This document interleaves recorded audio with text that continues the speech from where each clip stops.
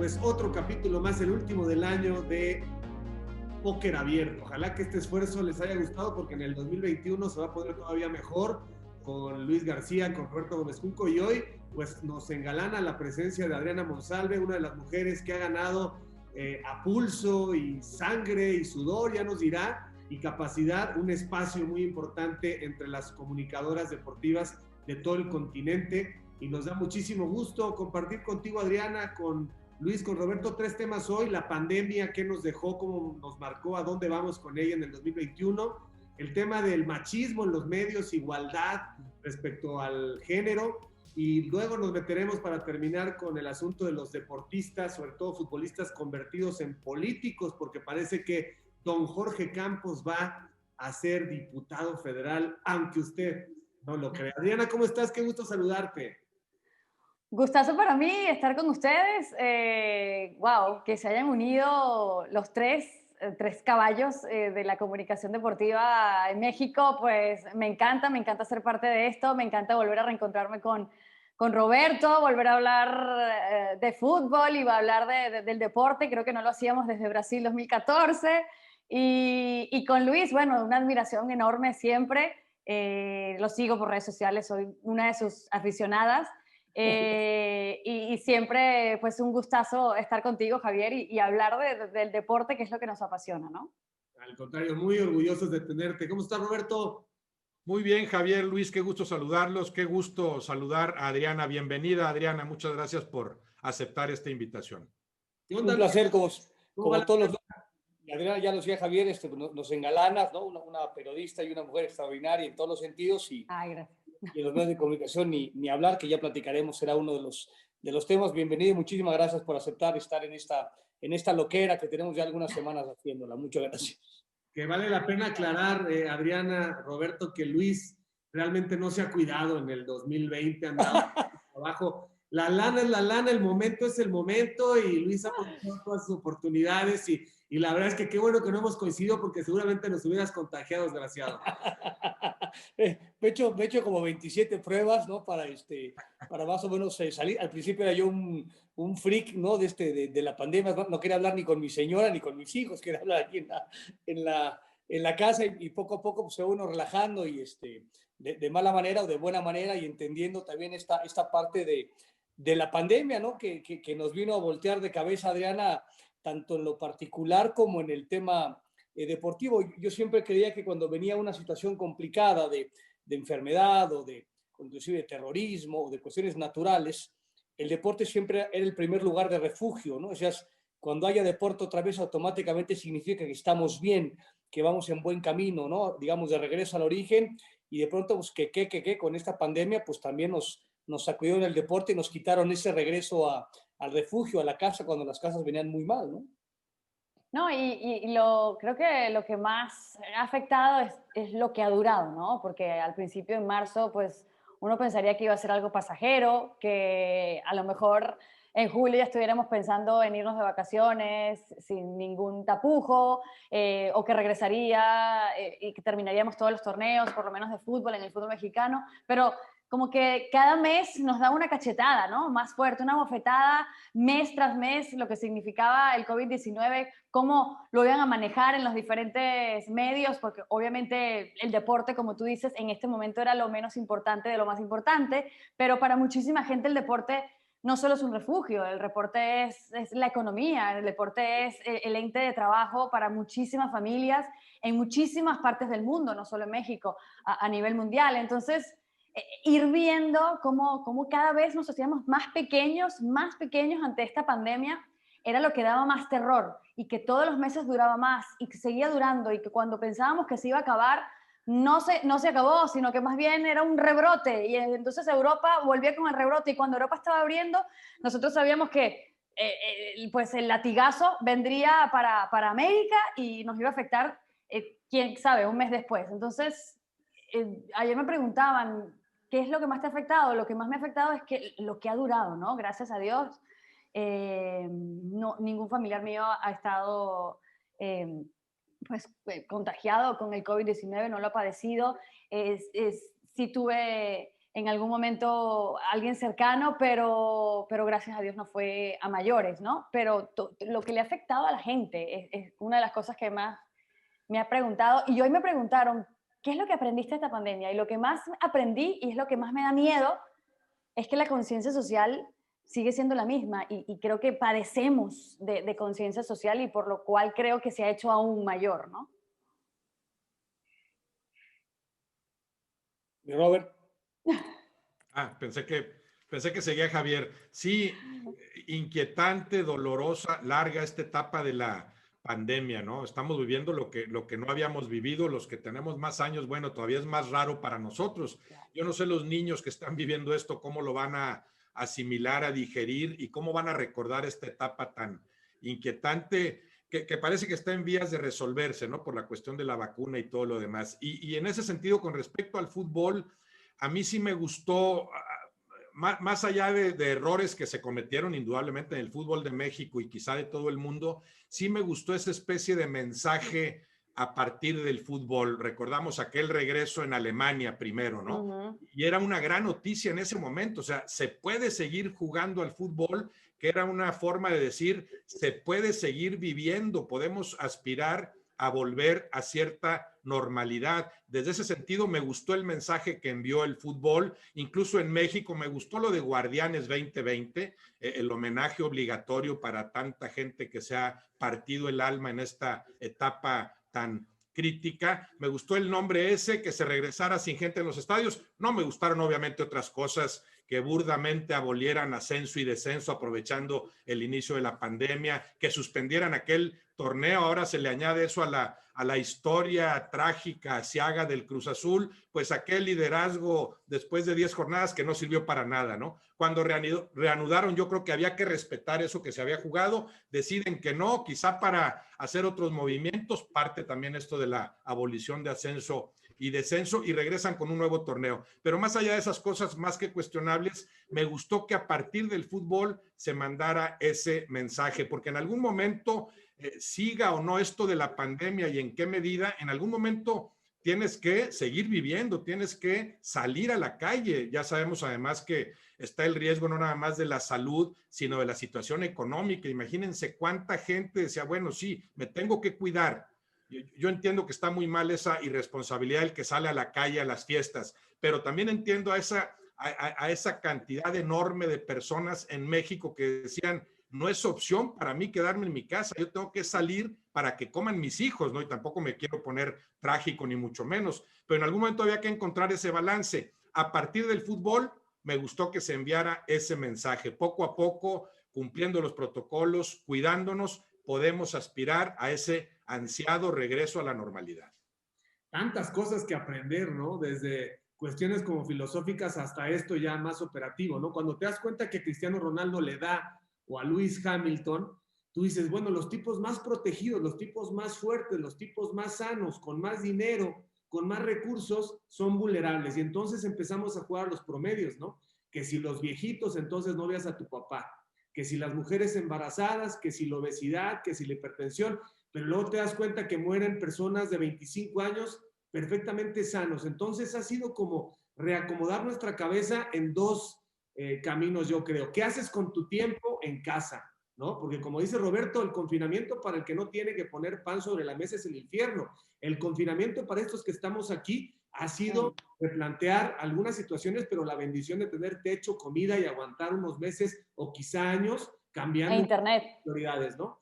Sí. Ahora, si los alemanes tienen en este momento 30,000 muertos oficiales al día de hoy, los alemanes, que son un bloque, que aprendieron de sus guerras mundiales, que son disciplinados, que son solidarios, los muertos de acá, ¿cuántos más van a ser si, como dice Roberto, este sentimiento individualista de egoísmo prevalece, no para el que tiene que salir por el pan, sino para el que le vale absolutamente madres el saber que tus vulnerables pueden ser mis vulnerables y que lo que yo te hago a ti, me lo estoy haciendo a mí? O sea, creo que tenemos que estar muy apanicados en México porque creo que no va a servir absolutamente de nada. Como decía Adriana, creo que cuando pase esta pandemia vendrá otra y tendremos desgraciadamente los mismos vicios. La importancia, creo yo, de saber que haciendo ejercicio y comiendo bien tienes las mejores vacunas, porque esto desde luego va a venir con otras variables en el tiempo. Creo que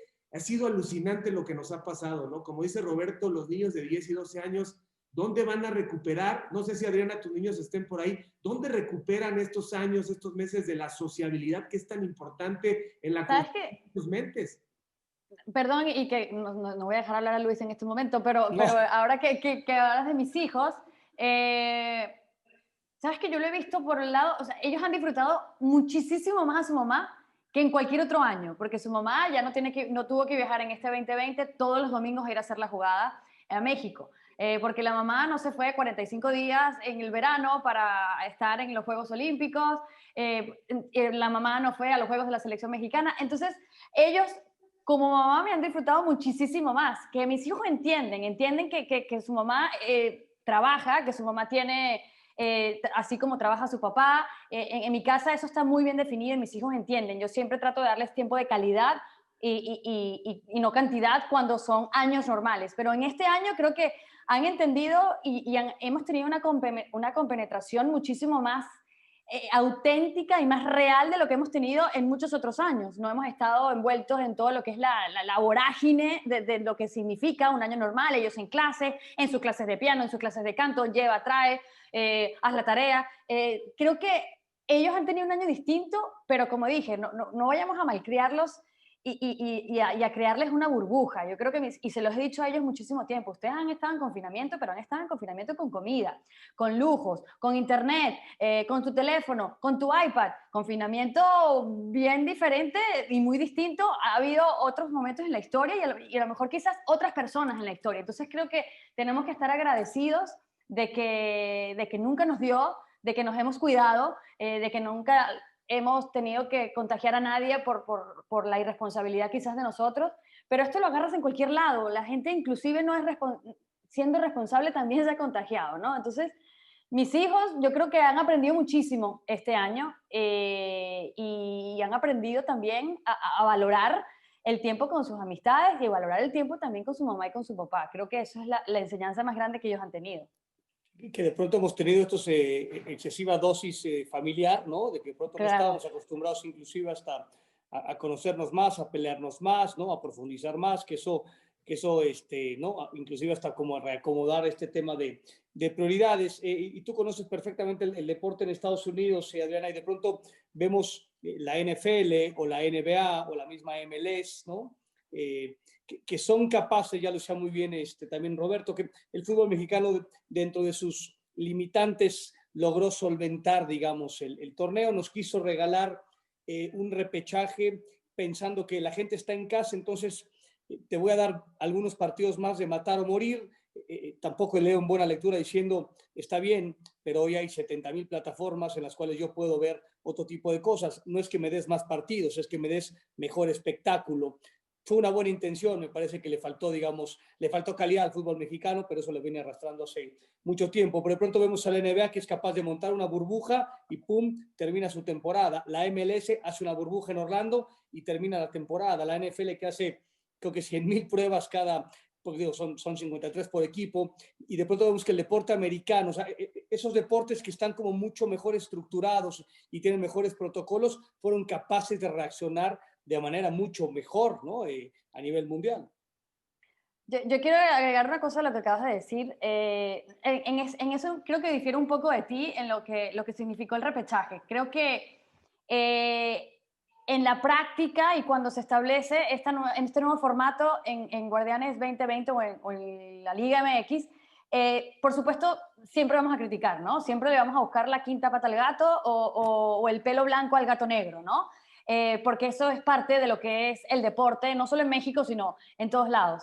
A mí, después cuando esta ecuación llega a establecerse, a capitalizarse, a mí me pareció que salieron buenos resultados. O sea, se clasificaron equipos, 12 de los equipos, todo el mundo decíamos, no puede ser que el número 12 tenga la oportunidad de quitarle el título al número 1 y así. Pero si te pones a evaluar los equipos que estuvieron en la liguilla, en ese repechaje, los 12 que clasificaron a la fiesta grande, pues todos son equipos que tienen historia en el fútbol mexicano. Fue América, fue Cruz Azul, fue Pumas, fue Chivas, que regresó después de 5 años, pero es un equipo que siempre espera uno ver en la liguilla. El único que prácticamente no tenía abolengo histórico de siempre estar en la fiesta grande era Puebla. Entonces, ahí es cuando yo digo, ¿realmente fue tan malo este laboratorio que quisimos hacer con la Liga MX? Yo no lo vi tan malo ya cuando se capitalizó. Y a veces uno dice, ¿por qué criticar siempre si a lo mejor se consiguen buenos resultados? En el caso del repechaje, ¿no? Estamos hablando del repechaje que tú lo nombraste. No creo que haya sido algo malo, creo que fue bueno, creo que volver a ver a los 4 grandes en liguilla, yo creo que cualquier torneo quisiera que eso pase, y Guardianes 2020 no los dio. Y ni siquiera fue por repechaje, porque si hubiera sido 8, Chivas hubiera clasificado a 8º. Entonces, creo que a veces siempre vemos el lado negativo de las cosas, y creo que eso también me lo enseñó esta pandemia. Hay que ver un poquito también el lado positivo, ¿no? Bueno, pues no sé si quieres agregar algo, Robert. No, bueno, a mí no me gustó que fueran 12, porque estás hablando de 2/3 partes. Sí salió muy bien, coincido con Adrián en que a final de cuentas salió bien, pero a mí sí me dio miedo cuando veo que el Puebla podía haber echado a León.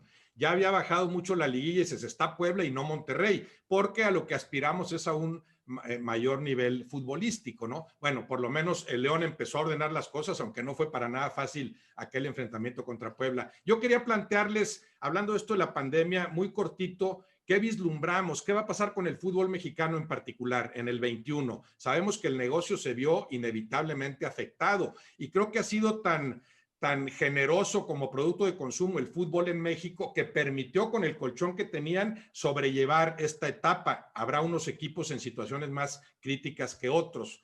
¿Cómo vislumbran esto? ¿Sí creen que en el 21 se va a reactivar cabalmente el negocio del fútbol en México?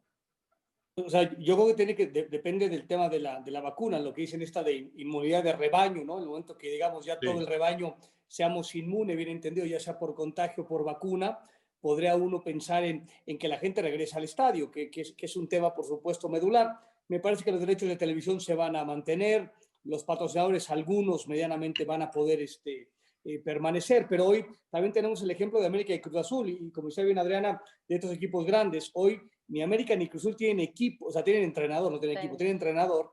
Y dices, si estos dos no son capaces de solventar rápidamente con el poderío, digamos, internacional de inteligencia deportiva, de economía, de visorías, de tal, esa situación, ¿qué le queda a los demás? ¿No? O sea, yo creo que el fútbol mexicano, y esa es mi lectura puntualmente, no a raíz de la pandemia, y creo que con la pandemia se va a maximizar, se ha vuelto un equipo de ricos, de muy ricos, y de muy pobres, ¿no? Y es Juárez, y es Atlas, y es Puebla, y es Mazatlán, equipos que tienen que sobrevivir con 3 cacahuates ¿no? Y rebuscarse la vida, y 4 o 5 equipos que aparte uno agradece, que América gaste plata, que el Azul gaste plata, que Monterrey, que Tigres, o sea, equipos que dicen, yo abro la cartera porque puedo abrir la cartera y traigo a lo mejor de lo mejor, y no me importa lo que suceda con los demás. O sea, en la pandemia no sé qué le pueda amparar al fútbol mexicano, pero creo que esta brecha entre muy ricos y muy pobres, me parece, sobre todo que en este primer semestre, hasta que, insisto, venga esta inmunidad de rebaño, creo que nos vamos o se va a volver a separar esa pequeña brecha, que si se mantiene el tema del repechaje, pues bueno, esa brecha de alguna manera un poco forzada la intenta, ¿no? Apretar, no a través de la calidad, sino a través, digamos, de la cantidad, ¿no? No, y ese distanciamiento entre los más fuertes y los débiles queda ejemplificado con González a Tigres, ¿no? De Pumas pasas a Tigres, ¿no? Para ampliar esa distancia. Pero yo creo que también el hecho de que la pandemia ha afectado todas las economías, las macros y las microeconomías, creo que esa brecha quizás puede cerrarse aún más por el hecho de que muchos equipos en estos momentos están viviendo la crisis de lo que significa este COVID-19, y ahorita vamos a seguir viviendo los estragos, y lo hemos visto también en las Águilas del América. En algún lado lo veíamos porque no estaban contratando a grandes nombres en Sudamérica, estaban contratando a los jugadores más económicos que les podían dar lo que necesitaban. Ahora hay que ver qué va a querer el entrenador que llegue, ¿no?, a las Águilas del América, pero desde hace algún tiempo la economía de las Águilas del América la han mantenido, no está históricamente como siempre había estado las Águilas del América, como que la han manejado distinta en los últimos años y creo que obviamente a los grandes también les va a afectar el no tener el aficionado tampoco en el estadio, y creo que una de los que más ha afectado el deporte como tal. Y si ha afectado en el mundo esta pandemia, pues imagínense cómo se afecta a México, cómo se afectan los países y los mercados que no son las potencias que son Alemania, que son Inglaterra, que son España, igualitos ellos les ha afectado. Así que creo que esa brecha quizás pueda todavía cerrarse un poco más por cómo se está manejando la economía. ¿Desde cuándo no viene un nombre tan grande a México? Fíjense que yo no estaría tan preocupado por lo que pasa en la liguilla, porque el Toluca apretó a Tigres. ¿Quién elimina a Rayados? Cruz Azul, que vale muchas veces más que Pumas, queda fuera. De hecho, los Pumas hacen final frente a León. O sea, creo que siempre... Y no tenían técnico empezando el torneo. Ibas a América, sí. Yo lo que estaría muy preocupado es cómo revalorar la fase regular. Ahora ya la NFL admira tanto a la Liga MX que van a ser 17 jornadas como nosotros. Lo estoy diciendo, pero el tema es que en gran... No digas eso, Javier. No, pero la NFL siempre ha sido de 17 jornadas. Pero ahora viene un partido más. Pero lo que quiero decir es cómo revalorar la fase de clasificación. En la NBA, cada partido de temporada regular es casi tan importante como los playoffs. No se diga la NFL, no se diga que lo que están construyendo en el fútbol, soccer. O sea, ¿cómo le das la vuelta para que aquí en México solamente sea valiosa la liguilla? Porque a nivel de ratings, a nivel de audiencia, a nivel comercial, prácticamente lo que importa es la gente, Adriana, Roberto, Luis, la gente que era hard user se desconecta totalmente para ver la liguilla. Los que son consumidores sociales más se desconectan y ven solamente la liguilla. ¿Cómo hacer que el modelo sea también muy atractivo durante la fase de clasificación? Yo creo que el fútbol mexicano está estancado, completamente viendo temas mercantiles, no se está fomentando que los jugadores mexicanos salgan en la medida que se debe. Entiendo que no tienes que regalar tu dinero, pero yo no veo esta construcción de talento para que aprenda o para que enseñe como ustedes quieran en Europa. O sea, creo que estamos muy limitados ahí. Ahora tratan de cruzar... No, Javier, pero ya llegó Mikel Arriola, tranquilo. Bueno, pero ya va, yo les voy a hacer una pregunta a ustedes. Sí. ¿No les pareció que la competitividad que hubo por los 4 primeros puestos los mantuvo al filo de la butaca a muchos de los equipos? No, esa fue la parte benéfica del nuevo sistemita este. Por primera vez sí vi la pelea, la pugna por los 4 lugares de arriba. Sí había el interés de decir, los 4 primeros nos ahorramos una fase que además es una fase a un único partido. Y ojo, y ese formato es de la NFL, Javier, ese formato es de la NFL. Esa parte sí fue benéfica, eso sí. No, si yo admiro lo que hacen los digamos, mercadólogos estadounidenses, pero la gente no se engaña, la gente sabe que en la jornada, ayer el juego de Chargers y Denver, los dos están fuera y los dos van al límite. Atlanta aprieta Kansas City. Pero es que ¿sabes qué yo creo? ¿Sabes qué pasa? Yo creo que el fútbol, soccer, y el fútbol americano son muy distintos. Yo lo estaba hablando ayer con mi esposo, yo decía, yo veo NFL sin importar a qué equipo le voy. Cualquier juego de NFL a mí me gusta verlo. Y más si son equipos que están competitivos a los playoffs. Pero un juego de fútbol, el que ve fútbol ve a su equipo. Y el del América no ve a Chivas. Y el de Chivas no ve a Pumas. Y así. O sea, uno ve el equipo en los juegos de fútbol al equipo que le vas. Yo no te voy a mentir. Yo no veo todos los juegos de la Liga Española. Yo veo al Real Madrid, al Atlético y al Barcelona. Los demás no me importan. Entonces... yo creo que eso lo tiene el deporte como tal, como consistencia, porque es tan apasionado, como es tan llevarle el cariño a los colores, al club que creciste estando en ese club. Entonces no ves otros partidos, no ves a Toluca, no ves a Pachuca, simplemente ves al América si le vas al América, ves a Chivas si ves a Chivas.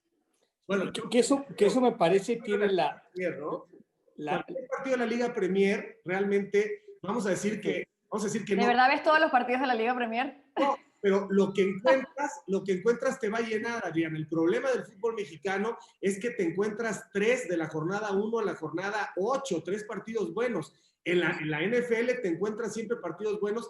En Italia te encuentras quizá un 60%, es otra naturaleza, pero de eso se trata, aspirar a que en las 17 jornadas los equipos y los jugadores y los directivos y los dueños tengan otra visión de miras para presentar otra clase de espectáculo y que haya otro tipo de recompensas. En nada se parece la liguilla a la fase de clasificación. Es muy brutal el contraste. Entiendo que no puede hacer lo mismo, pero es demasiado, demasiado extremo.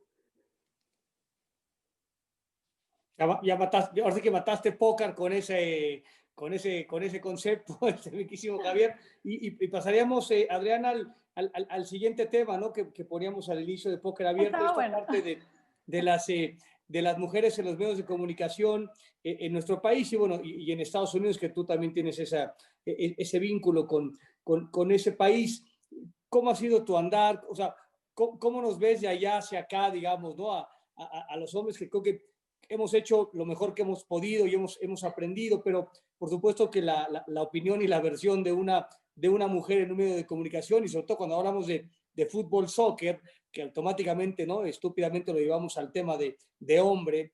¿Cómo lo has vivido tú? ¿Cómo lo sientes? ¿Cómo se palpa desde ese lugar de la cancha, digamos? Mira, yo lo he vivido, o sea, en lo personal, lo he vivido, siento que muy bien. Yo creo que a mí no me gusta generalizar y no me gusta generalizar nunca, ni cuando soy periodista, ni cuando soy Adriana normal. Porque la generalización creo que ahí es cuando tiendes a equivocarte en muchos juicios, ¿no?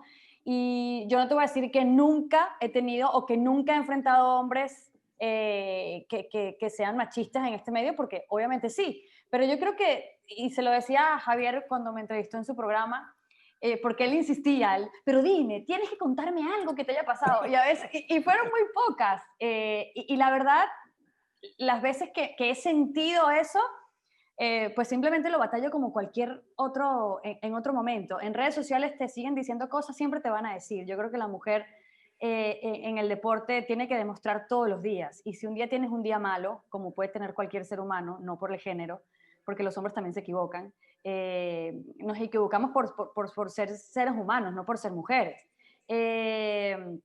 Se te olvida un nombre, cambias el nombre de alguien, y eso también ya tiene que ver con la edad. A mí se me olvida todos los nombres. Ya con la edad que tengo, ya se me está empezando a olvidar todo el mundo. Así que imagínate cuando ya tenga 50 y por ahí. ¿Qué nos dejas a Roberto y a mí, Adriana? ¿Qué nos dejas a Roberto y a mí?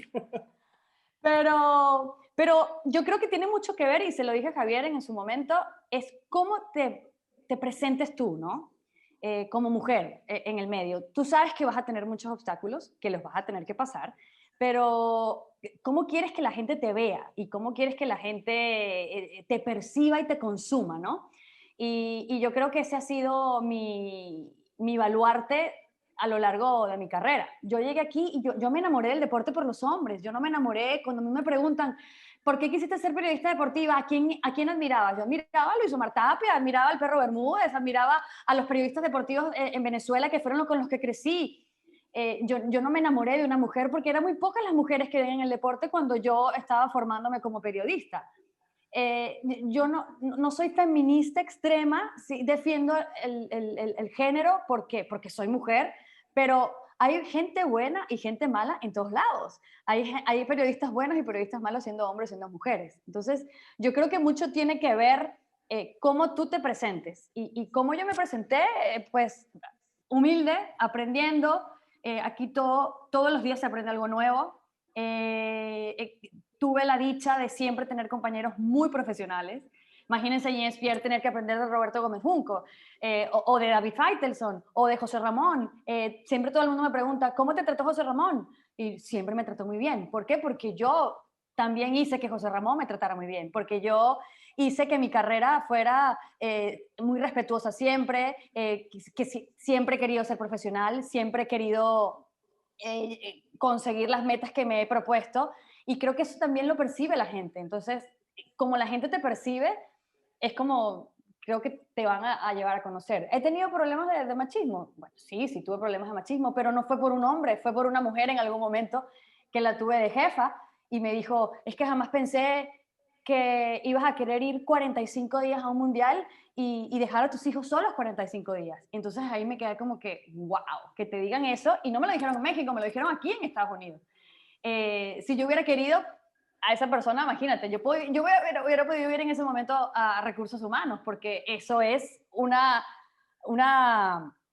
pues, Discriminación, sí. discriminación. Sería una actitud machista, sí. Totalmente. Y yo me acuerdo que le dije en ese momento, oye, ¿y en algún momento te has preocupado por los hijos de Fernando Palomo o de David Faitelson o de Roberto Gómez Junco? No, te preocupas por los míos nada más porque soy mujer. Entonces, no, para nada, yo no te quise decir en ese... No, de verdad, yo, no, está bien, no te preocupes. Pero en ese momento pensé, ¿cuántas coberturas a lo mejor no me habré perdido por ese pensamiento? Y de una mujer. Entonces, la dicha que he tenido es que siempre he trabajado con gente muy profesional y con gente que no ha dudado en darme una oportunidad. Y cada vez que yo quiero que me hagan una oportunidad, yo la tomo y la hago mía. Y creo que ese ha sido, pues, un obstáculo más nada. Ya me emocioné. Yo cada vez que escucho sobre el tema de las mujeres en el fútbol, me acuerdo inevitablemente de Valdano, ¿no? Hace 25 años, no sé cuánto, en aquellos Sueños de Fútbol, que es lectura obligada, ¿verdad? Y que seguramente leyeron ustedes, pero una frase decía, el fútbol es una sociedad, una microsociedad imperfecta porque no incluye a las mujeres. Hace 25 años, dice, yo me creo que después platicando con él, le mencionaba esa frase y dice, bueno, ahora ya afortunadamente las incluye, o sea, se ha visto esa evolución claramente, eso que escribió Valdano hace 25, 30 años, ya no tendría actualmente tanta cabida, o sea, sí veo cómo las mujeres van siendo poco a poco incluidas, las mujeres que juegan al fútbol, las mujeres que hablan de fútbol, y tiene que ver con la capacidad de cada una, claro, seguimos viviendo en una sociedad machista y en eso falta mucho por avanzar, creo que sí estamos mejor que hace 30 años, pero falta mucho por avanzar, pero también tiene mucho que ver la capacidad de cada una. No me gustó a mí en su momento que las mujeres aparecían simplemente como atractivo visual, ¿no? Sabemos que eso en la época de hace 30 años de Televisa, TV Azteca, era aquí está la chava guapa que nos va a hablar de fútbol. Pero poco a poco eso fue cambiando. Creo que ahí ESPN, Fox, ahora TUDN son magníficos ejemplos. Están mujeres a las que les gusta el fútbol, que les apasiona y que saben, que conocen de la materia. Y entonces sí, ya que se compita de acuerdo a capacidades y no a sexo, ¿no? Y que en esa parte, hablando de hace 25 o 30 años, ¿no? Digamos, yo creo que ha habido una evolución y coincido, estamos sumamente lejanos todavía, ¿no? De esa perfección de igualdad, o de igualdad, perdón.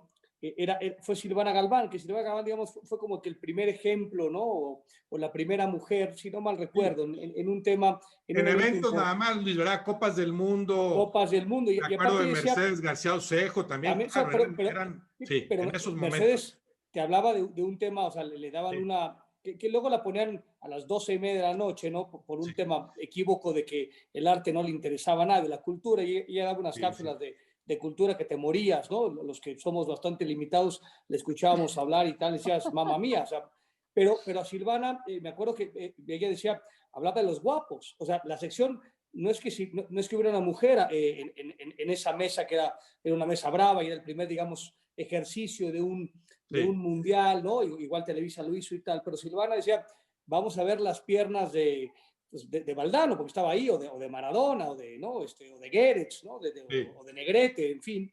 Y hoy, ¿no? O sea... De Luis. No, espérame, no seas infame, yo llegué hasta el 94, jugué 8 años después del Mundial, no seas infame, por favor. Pero hoy, o sea, hoy Adriana, que, y no es porque te tenemos un cebollazo, ni mucho menos, pero está claro que tú eres, digamos, de las referentes periodistas, ¿no? Deportivas, que tiene un sitio, tiene un reconocimiento, y como bien dices tú, a la distancia, porque nunca tuve el honor de trabajar contigo directamente, pero sí ver tu chamba a la distancia, y eras competencia, y dices, puta, pues ¿cómo le hacemos con Adriana? Porque es brava y tal, un tema de competencia natural de empresas. O sea, ha habido una evolución, ¿no? Ha habido un crecimiento de esa primera aparición de una mujer en un evento deportivo a lo que hoy existe como tal. Creo que las televisoras han hecho un esfuerzo a veces estúpido en decir, esta es una chava guapísima, entonces pues no importa si no es capaz de leer su nombre en el prompter, pero pues no importa porque está guapísima. Dices, no, pon a alguien que sea muy capaz y que pueda leer, y que pueda ser guapo, no que sea segunda jugada, sino que de alguna manera sea capaz. Pero o sea, creo que como sociedad, y eso tiene que ver también de la mano de la sociedad, ¿no? ¿no? Latinoamericana y mexicana y mundial, hemos caminado, aunque está clarísimo que en este punto, ¿no? Medular de la mujer y el deporte y de la periodista, pues estamos todavía años luz, digamos, de otros sitios, pero tiene que ver con un tema cultural de sociedad, no solo Pero porque te voy a sea decir algo. el tema deportivo, ¿no? Sí. Te voy a decir algo. Yo, como periodista deportiva, la manera que me he desarrollado en México no la he tenido en ningún otro país. Ni siquiera en mi país. O sea, yo te puedo decir que en el deporte no fui profeta en mi tierra. Yo nunca hice deporte en Venezuela. Y lo que ha significado mi nombre en México y la apertura que me han dado en México no me la habían dado en ningún otro país. Cuando yo llegué a ESPN y viví en México 4 años, yo jamás pensé que iba a llegar. Es que no lo veía como una posibilidad. Y cuando tú hablas de ese momento, ¿no? de cuando estuve con Televisa en la Copa del Mundo, yo jamás pensé es que yo ni siquiera pensé en algún momento que yo podía llegar a Televisa, porque yo tenía muy claro en mi carrera que yo había llegado a ESPN porque ESPN era una empresa transnacional que producía para Latinoamérica y que el segundo mercado más grande después de México era Venezuela. Entonces, yo tenía muy claro que yo llegué a ESPN porque ESPN se veía mucho y se consumía muchísimo en Venezuela.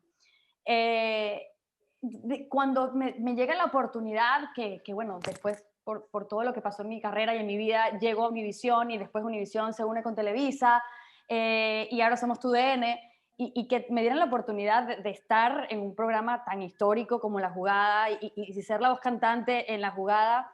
Y me acuerdo cuando se anunció, y jamás se me olvidará, Luis, el tweet que tú pusiste. Para mí ese tweet fue como que importantísimo, súper importante. Cuando tú pusiste en el tweet que será divino competir contigo una Copa del Mundo, y jamás se me olvida, y siempre lo pongo, o sea, Luis García me nombró. Entonces,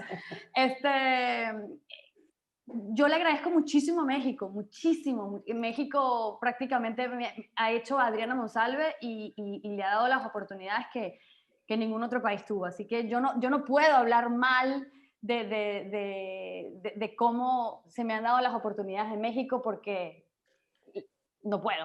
Creo que ha sido algo muy importante para mí. ¡Wow! ¡Qué tema! Yo creo que hemos avanzado a la velocidad de la luz, pero de todas maneras estamos muy atrasados. Y voy a poner ejemplos muy puntuales. Está una chica, Marijó González, en Sky, que narra, me parece muy... Espectacular. Me parece que lo hace muy bien y sin embargo como que los reflectores no van hacia allá, ni siquiera de revistas que podrían tener, digamos, esa intención de maximizar un poco el ejemplo. En el caso de Marion Reimers, creo que es muy, muy claro el ejemplo, ¿no? Hay millones de aficionados de sillón, hombres, que simplemente por el hecho de que se trate de una mujer narrando la Champions, la rechazan. Pero hay un montón más que hoy dicen, perdón, pero no es así. Yo estoy cuestionando la capacidad de Mario, no me gusta, no importa si es hombre o mujer, no me gusta cómo narra, pero ya doy pauta a que haya mujeres. Y fíjate qué duro escuchar que apenas se da pauta para que haya mujeres en la crónica deportiva. Son muy poquitas. Ahora, también creo que viene de un medio muy machista que está de alguna manera encabezado por el propio jugador de fútbol. Es decir, los propios jugadores de fútbol hace no mucho Cuauhtémoc, el propio Checo Pérez tuvo un pésimo comentario sobre una mujer piloto, sobre una pilota, que además ya se puede utilizar la palabra, donde él dijo, no me gustaría que estuviera aquí, que mejor se vaya a la cocina, como Cuauhtémoc en un momento dado que dijo, estas tenían que estar en la cocina. Entonces, creo que el mundo ha cambiado tan brutalmente en los últimos 10 años que hoy ya no es posible decir, como decíamos Roberto, Luis y yo, tú no, Adriana, pero como les decíamos a nuestros compañeros lasallistas, ahí viene el gordo, o ahí viene el flaco, el enano, el negro. No, sí, yo nunca fui discriminatorio. Bueno, el otro día estaba hablando con el perro Bermúdez, Ajá. porque en algún momento yo estaba grabando hace muchos años y un compañero, yo le estaba explicando cómo iba a ser el segmento que íbamos a grabar. Y me dijo, lo que tú digas, mamacita. Estaban todos los editores, productores escuchando y para mí fue una humillación muy grande. Yo me acuerdo que yo lo único que le dije fue, te agradezco que mi nombre es Adriana Monsalve y que mi nombre es por Adriana Monsalve. y ya, ahí quedó. Pero entonces, claro, ahí quedó, por supuesto, yo reclamé, porque yo no tengo problema en que tú me digas un apodo. Y lo estaba hablando el otro día con el perro Bermúdez, porque yo siempre digo en todas las entrevistas que a la única persona que yo le acepto que me diga un apodo es al perro. O sea, porque el perro me dice muñequita de porcelana, pero el perro no lo dice de una manera despectiva. El perro está acostumbrado a decirle a todo el mundo un apodo. Hombres, mujeres, a todo el mundo. Hombres, todos, todas, todes. A todo el mundo le dice un apodo. Entonces, yo siempre digo que yo a la única persona que le dejo que me diga muñequita de porcelana es al perro, porque no lo hace de una manera misógina y porque a un hombre también le pondré un apodo. A mí me molestas cuando me das un apodo a mí y no eres capaz de darle un apodo igual a un hombre, porque yo en ese momento mi reclamo fue, yo estoy seguro que a ningún compañero mío le dijera, gracias papacito. Entonces ahí es donde creo que está el machismo. Entonces, pero por ejemplo, lo del perro, yo lo decía el otro día, Luis, no me molesta que me lo diga. Luis y Martinoli se dicen cosas peores, ¿eh? Sí. No. Pero se lo dicen entre ellos y si me lo dice a mí tampoco me molestaría, quizás, si yo estuviera en la misma dupla, metiéndome en esa dupla, no me molestaría tampoco. Pero... Ahora, otra cosa, vamos a tratar de recordar esto. ¿Se acuerdan del Mundial del 86? El Mundial del 86, Marc Castro se vuelve la imagen sexual.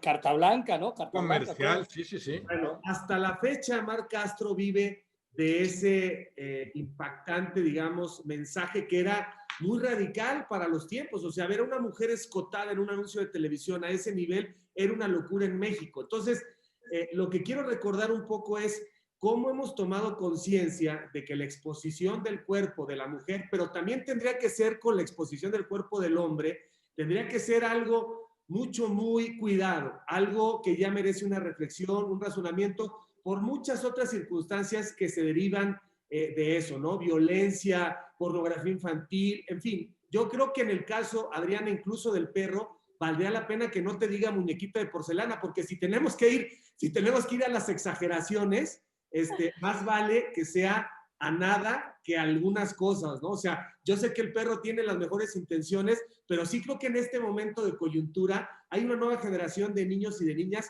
creciendo con mucho interés de cómo, digamos, someter al sexo opuesto, no importa de dónde venga, si es de un lado al otro, a que hay una igualdad absoluta, y si hay que exagerar en limitarnos, creo que son tiempos totalmente adecuados y necesarios. Es que son tiempos ahorita que todo está medido muy fuerte. Y yo creo que, bueno, lo que le pasó a Cavani, por ejemplo, que lo tildaron de racista simplemente porque le respondió a un amigo que el apodo del amigo es el negrito, y entonces lo tildaron de racista y tuvo que hasta borrar el tweet, tuvo que pedir disculpas en Instagram. O sea, yo creo que es que ni tan calvo ni con dos pelucas, ¿no? Yo creo que tenemos que llegar a un momento donde no todo lo que digamos es una ofensa para alguien, ¿no? Entiendo cuál es el rol de cada uno de nosotros, entiendo que es el rol que tienes tú, que tiene Luis, que tiene Roberto, que tengo yo. Yo por supuesto, defiendo el género de la mujer, pero también te digo, soy una de las más exigentes cuando veo a una mujer en el medio. ¿Por qué? Porque le exijo, porque sé lo que ha pasado esa persona para llegar ahí. Sí, soy muy exigente en ese aspecto, porque sé lo que tendríamos que pasar y lo que pasé yo para tener que estar donde hoy estoy.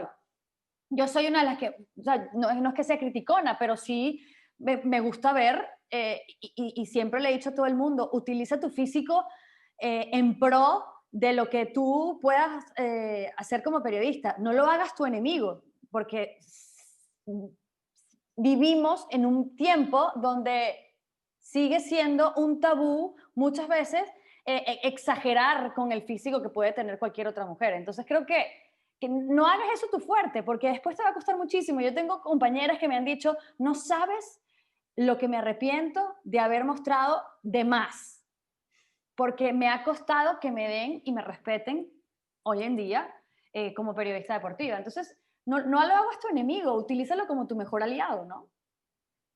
Oigan, y para terminar el tema de, ya nos está yendo los 52 minutos, el tema de los futbolistas, muy sabrosa la plática, los futbolistas convertidos en, yo digo que son instrumentos casi todo el tiempo, porque veo a muy pocos futbolistas capaces de haberse preparado académicamente y de presentar cara ante una invitación para ser diputado, candidato a gobernador. Yo creo que los utilizan para negocios que sobre todo en México los partidos políticos, pues no sé cuántas veces ni en qué porcentaje son simplemente negocio de algunos cuantos, y parece que Jorge Campos está cayendo en la tentación de ser diputado federal y con ese carisma y con esa bonomía y esa frescura y esos buenos valores que tiene, no dudo que gane, pero si gana, ¿qué hará, Roberto? ¿Qué está haciendo Cuauhtémoc en Morelos? Bueno, sí, no es un caso nuevo, ¿no? Esto de las figuras públicas que algunos partidos utilizan nada más para recabar votos. Me cae muy bien Jorge Campos, excelente persona, lo conoce mejor Luis, un portero histórico, creo que es el mejor portero en la historia del fútbol mexicano, y que dentro de lo campechano que es y todo, bueno, mantiene esa sencillez. No es fácil haber logrado tanto y estar bien ubicado en muchos sentidos, pero no para gobernar en ningún lado ni para ser diputado de ninguna parte. Obviamente, estamos en un país de la improvisación desde siempre, y esto se ha recrudecido quizá a partir del éxito de Cuauhtémoc Blanco, otro futbolista admirable. Yo no sé, cada quien tendrá sus gustos, pero quizá en 30 años es el mejor futbolista que ha habido en México, Cuauhtémoc Blanco, para no meterme en la historia entera, ¿no? Maravilloso como futbolista, pero yo no hubiera votado por él para alcalde de Cuernavaca, ya no digamos para gobernador en Morelos. Te habla de la improvisación en otros ámbitos, particularmente esa improvisación es más grave en la política. Si en el fútbol, pues cualquiera maneja un equipo sin tener la menor idea, bueno, ahí el daño va a ser a ese equipo y va a bajar el nivel de la liga y todo, pero ya cuando hablas de un asunto político, el daño es mucho mayor. Para nada me gusta, me parece lamentable esta costumbre en la que sigue cayendo la política en México. Utiliza a tal figura para conseguir votos cuando de antemano se sabe que esa figura no tiene capacidad para gobernar. Y no hablamos de que seas futbolista o no. Hay futbolistas más preparados que otros. Cuando Luis se lance por el DF, probablemente contará con mi voto y de ahí como plataforma para ir a la presidencia. Bueno, ya lo veremos. Claro que no te desacredite el haber jugado fútbol, si además te preparaste, si además tienes algo que ofrecer, que no es el caso de Jorge Campos, con todo lo maravilloso que fue como figura del fútbol mexicano. Yo quiero quiero la alcaldía de Naucalpan, amiguísimo Robert. Sí, perfecto. Hablas puntualmente de esta parte de improvisación en la política, que eso también pone, ¿no? Y exhibe, digamos, porque el ser político implica una carrera como tal, ¿no? Y un aprendizaje y un crecimiento y estar en partidos políticos y en puestos claves para ir aprendiendo y luego acabar, ¿no? Y dar el salto. El problema es que en nuestro país, ¿no? Y sobre todo en secciones anteriores que se han robado hasta las sillas, ¿no? De la lonchería. Entonces, en esta ineficacia, digamos, y corrupción brutal de políticos anteriores, se abre la puerta de forma maravillosa, ¿no? Y absurda y torpe, yo coincido totalmente con Roberto, a personajes que tú idolatraste en algún momento. Y el caso de Jorge, porque digo, Roberto y yo jugamos a la pelota y no sé cómo vivió Roberto la transición, pero de pronto cuando terminas de jugar al fútbol, y eso le puede pasar a cualquier deportista de alto rendimiento, hay un duelo, hay una muerte, hay una segunda vida que de pronto dices, ¿qué voy a hacer? ¿No? ¿A qué me voy a dedicar? Deja tú el tema de la lana, igual nada más el sentirte útil, trabajando en cualquier sitio, pero sentirte útil. O sea, hay un momento muy bravo, ¿no? Y aparte te pasa a una edad muy corta, pero el caso de Jorge tiene mi edad, 50 y pico de años, dices, ya pasaste esa parte, o sea, tú ya le diste el brinco a esa situación, o sea, ya esa duda de qué carajo voy a hacer terminando mi carrera, tú ya brincaste esa zanja que de pronto muchos futbolistas, y hablando solo de fútbol en México, se han quedado ahí atascados, y tiene que ver con economía, y tiene que ver, insisto, con el simple hecho de sentirte útil. Hay personajes que ya saltaron esa zanja, Jorge es uno de ellos. Uno supondría, ¿no?, que el Bofo Bautista, que también salió puesto ahí en redes sociales y demás, ya saltó esa zanja. Yo coincido con esa parte, dirá Juan Gabriel, qué maldita necesidad de meterte en esa situación, ¿no? Bueno, pero ustedes, yo creo que de esa improvisación política que hablan, imagínense, qué mejor ejemplo que el presidente del país vecino con ustedes. Precisamente alguien que nunca había estado envuelto en política, pero era un muy buen gerente, como Donald Trump. Pero, y yo lo único que digo es que para ser un buen político, como dice Luis, sí, tienes que pasar por muchos procesos.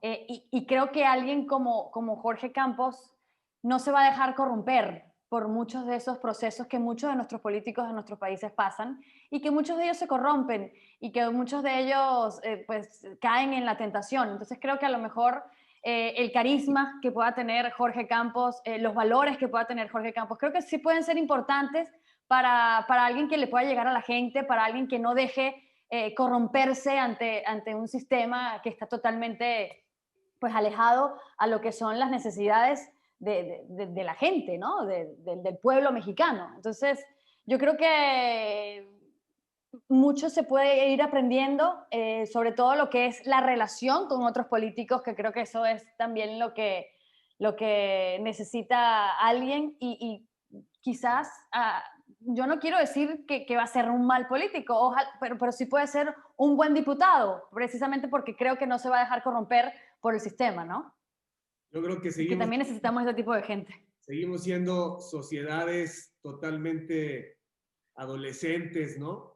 Tú ves a Angela Merkel caminando en una calle en Berlín y los ciudadanos pasan al lado y ni siquiera se paran para molestarla con la foto o el autógrafo, saben a quién eligieron, y luego ves a Oliver Kahn en un restaurante y nadie se va a levantar para pedirle una fotografía. O sea, se sabe hacer la distinción porque están mucho más avanzados. Nosotros seguimos creyendo en mesías de todo tipo. Entiendo perfectamente que la gente, como dice Luis, se hartó un poco de las estructuras y sigue quizá mucha parte de ella harta de que no encuentran realmente opciones que te satisfagan, ¿no? Pero tratar de encontrar en personas así la espontaneidad y la bondad me parece que es totalmente algo irracional, es infantil. Y están los casos de George Weah en Liberia, si quieres, pero en México yo puedo recordar al finado Carlos Girón, puedo recordar a Carlos Hermosillo, Ana Guevara, Altivio Muñoz, no me recuerdo alguno que haya salido de diputado o de gobernador, como el caso de Cuauhtémoc o en la CONADE, donde digas bravo. O sea, no recuerdo uno solo, ni el Paz Olivares, que también por ahí le andaba haciendo con toda su idolatría candidato al PRI. O sea, creo que es una improvisación absoluta y es como tratar de encontrar en Mickey Mouse nuestro reino de la fantasía, con todo respeto para Jorge Campos, ¿no? Pero aquí nos tocó vivir y seguiremos viendo estos casos tristísimos porque efectivamente tampoco los políticos nos han dado lo que estamos esperando como sociedad en México en términos generales, teniendo cada quien sus preferencias, ¿no? Pues creo que hasta aquí llegamos, ¿no? Adrián, ha sido un placer tenerte y poder sacar lo mejor de ti y además, obviamente, compartir esta posibilidad que nos hace muy felices las veces siguientes. Te vamos a estar molestando ahí en unos 2 o 3 meses, ¿no? Bien, siempre estaré feliz de estar con ustedes, de hablar, de discutir, de diferir y también de estar de acuerdo. Así que un placer, me encantó haber estado con ustedes y bueno, como no tenemos la oportunidad de hacerlo en nuestros trabajos, pues qué bueno que tenemos YouTube para que nos una. Adriana, muchas gracias. Confirmamos, yo insisto, a la distancia, la fantástica mujer, periodista y agradable que siempre has manejado. Muchísimas gracias por haber estado, insisto, en esta locura llamado Póker Abierto. Muchas gracias, mucha suerte y feliz año. Muchas gracias. Gracias a ti igualmente. Muchas gracias, Adriana, Javier, Luis. Un abrazo para todos. Gracias. Buen año. Saludos. Feliz año para todos. Bye.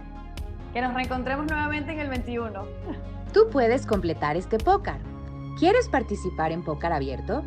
Envíanos un correo a contacto@pokerabierto.com con tu nombre completo, cuenta de Twitter, edad, ciudad, país, escolaridad y teléfono.